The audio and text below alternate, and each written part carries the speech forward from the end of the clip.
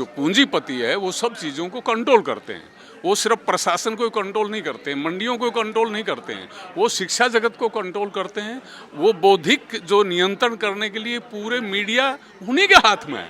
हर चीज़ के दाम जो उद्योग के हाथ में वो बढ़ रहे हैं और हम जो कृषि उपयोगी चीज़, खाद, बीज, कीटनाशक, इनके दाम बहुत तेज़ी से बढ़ रहे हैं, सिंचाई के रेट बढ़ रहे हैं और बिजली बिल जिस तरह से ला रहे हैं, भ्रमित करने के अलावा और उनके पास कोई नहीं है। और साथ के साथ वो जनता में जात पात, धर्म, इलाका, भाषा को लेकर भी वो झगड़े पैदा करना चाहते हैं, भाई को भाई से लड़ाना चाहते हैं। मायने की लागत से 1.5 गुना किसानों को दाम दे और सस्ते रेट पर देश के उपभोक्ताओं को दे।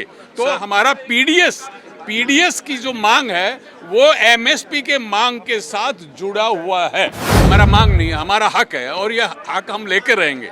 जिस तरह से हमने 3 काले कानून रद्द कराए हैं, एमएसपी भी लेंगे। नमस्कार, मैं इस वक्त मौजूद हूं दिल्ली के एनडी तिवारी भवन में। आज एक बड़ी मीटिंग हुई है AIKKMS की। ये सब खबरें आपको टीवी मीडिया नहीं दिखाएगा, इसीलिए हमारी जिम्मेदारी बनती है कि हम यहाँ पहुँचें और आपके हिस्से के सवाल, इनके हिस्से के सवाल सरकार तक पहुँचाएँ। सत्यवान जी, मुझे ये बताइए कि आपकी जो मांग है वो एक बड़े आंदोलन के बाद जो है वो अभी फ़िलहाल ठंडी पड़ गई है और सरकार ने भी एक कमेटी बनाई है। तो इस तरीके के कन्वेंशंस करने की असल में ज़रूरत है क्या? ये मैं चाहता हूँ कि आप मेरे दर्शकों को बताएं ये बात। इसलिए कि दिल्ली बॉर्डरों से जब हमारी घर वापसी हुई थी, सरकार ने वादा किया था कि हम एमएसपी कानून बनाने का इंतजाम करेंगे। लेकिन अभी अभी उन्होंने जो कमेटी बनाई है वो अपने दरबारियों की, चाटुकारों की कमेटी बनाई है। उसमें जो किसान लिया है वो 2 आदमी उसके पीछे नहीं है। इसलिए हमारे संयुक्त किसान मोर्चा ने, हमारे संगठन AIKKMS ने उसका बाइकाट किया है। और हम कि एमएसपी हमारा हक है, हमारा मांग नहीं है, हमारा हक है और यह हक हम लेकर रहेंगे। जिस तरह से हमने 3 काले कानून रद्द कराए हैं, एमएसपी भी लेंगे। तो उसके लिए हमने अपने कार्यकर्ताओं को बुलाया है और हमारे एसकेएम के दूसरे जो लीडर्स हैं वो भी आज यहाँ आए हैं। आने वाले समय में हम मिलकर सारा देश में एक जोरदार आंदोलन खड़ा करेंगे। ये पंजाब, हरियाणा, पश्चिमी उत्तर प्रदेश जैसे राज्यों में कुछ एमएसपी मिल रही है, लेकिन शेष राज्यों में एमएसपी को जानते भी नहीं है। इसलिए हमने ये अवेयरनेस प्रोग्राम लिया है और आज ही के दिन बहुत सारे राज्यों में, राजधानियों में हमने बड़े बड़े प्रदर्शन किए हैं। तो आने वाले समय में ये आंदोलन और जोरदार होगा। हमारी मांग है कि जितनी हमारी फसल हैं उन फसलों के लागत से 1.5 गुना दाम पर सरकार खरीदे, उस खरीदने का गारंटी दे, उसके लिए कानून बनाए। और उसके लिए वो कहते हैं हमारे पास पैसा नहीं है, हम कहते हैं 11 लाख करोड़ रुपया बड़े बड़े पूंजीपतियों को आप दे सकते हैं। हमारे लिए एमएसपी के लिए सिर्फ 1 लाख करोड़ रुपया चाहिएगा और आप वो जो खरीद कर गांव के, शहर के गरीबों को सस्ते रेट के ऊपर बेचो, उससे भी आपके पास पैसा आएगा। इसको हम कह रहे हैं कि संपूर्ण कृषि जो उपज है उसका व्यापार को सरकार अपने हाथ में ले, मायने की लागत से 1.5 गुना किसानों को दाम दे और सस्ते रेट पर देश के उपभोक्ताओं को दे। तो हमारा पीडीएस की जो मांग है वो एमएसपी के मांग के साथ जुड़ा हुआ है। सर, जो अभी सरकार एमएसपी जो प्रोवाइड कर रही है, कुछ राज्यों में है, कुछ राज्यों में नहीं है, उस एमएसपी में जो और आप जो एमएसपी मांग रहे हैं C2 + 50%, उसमें फ़र्क क्या है? हमारा फ़र्क ये है कि जिस ज़मीन को जोता जाता है उसका भी बहुत भारी किराया है। अगर दूसरा किसान से वो ज़मीन लेकर मैं खेती करता हूँ तो उसका रेंट मुझे देना पड़ता है। हरियाणा में उसका 50,000 रुपया प्रति एकड़ है। तो इस रेंट को लागत में जोड़ा जाए। अच्छा। और जो मैं कर्ज कोऑपरेटिव से या बैंक से लेता हूं उसका मुझे मूल तो वापस करना पड़ता है, साथ में ब्याज भी देना पड़ता है। उस ब्याज को भी इसमें जोड़ा जाए, मेरे परिवार का जो मेहनत है वो उसको भी मजदूरी उसमें जोड़ी जाए। इस तरह से C2+ अगर लागत ही मुझे मिली तो मेरा परिवार कैसे चलेगा? पढ़ाई लिखाई, बच्चों की दवाई दारू जो भी इंतजाम है वो कैसे होगा? तो उसके लिए मेरा लागत से 50% ज़्यादा मुझे दाम दिए जाएं, ये मेरा एमएसपी की मांग है।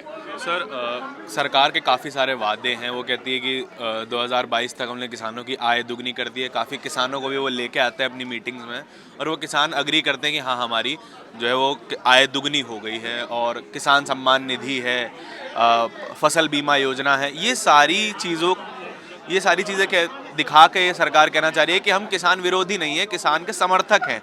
आप इस अप्रोच पे क्या देखते हैं? ये सरकार की सरासर झूठ बात है। किसानों की आमदनी दुगनी नहीं, किसानों का ऊपर खर्च दुगना हुआ है।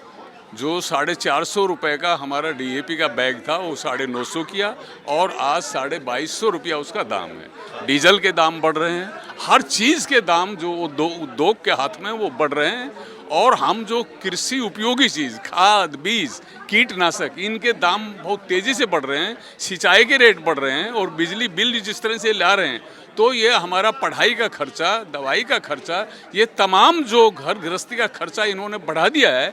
इससे किसान और गर्त में गया है, उसकी आमदनी घटी है, उसके ऊपर कर्ज बढ़ा है। सरकार सरासर इसके ऊपर झूठ बयानी कर रही है। अच्छा, मैं अभी वक्तव्य सुन रहा था सभी के, तो उसमें एक बात कही गई कि देश भर के किसानों पर 24,96,000 करोड़ का कर्जा है। आप कह रहे हैं कि ये कर्जा माफ़ हो जाना चाहिए। अगर ये कर्जा सरकार अपने खाते से माफ़ करती है तो इकोनॉमी में तो बहुत बड़ा बोझ आ जाएगा ना, क्योंकि हमारा बजट ही सालाना का 27 लाख करोड़ है। हमारा कहना है कि किसानों के ऊपर जो ये कर्ज बढ़ा है, ये सरकार की गलत नीतियों की वजह से बढ़ा है। और आप खुद सरकारी बैंकों की बहुत बड़ी रकम बड़े पूंजीपतियों को, कॉरपोरेट्स को आप दे रहे हैं।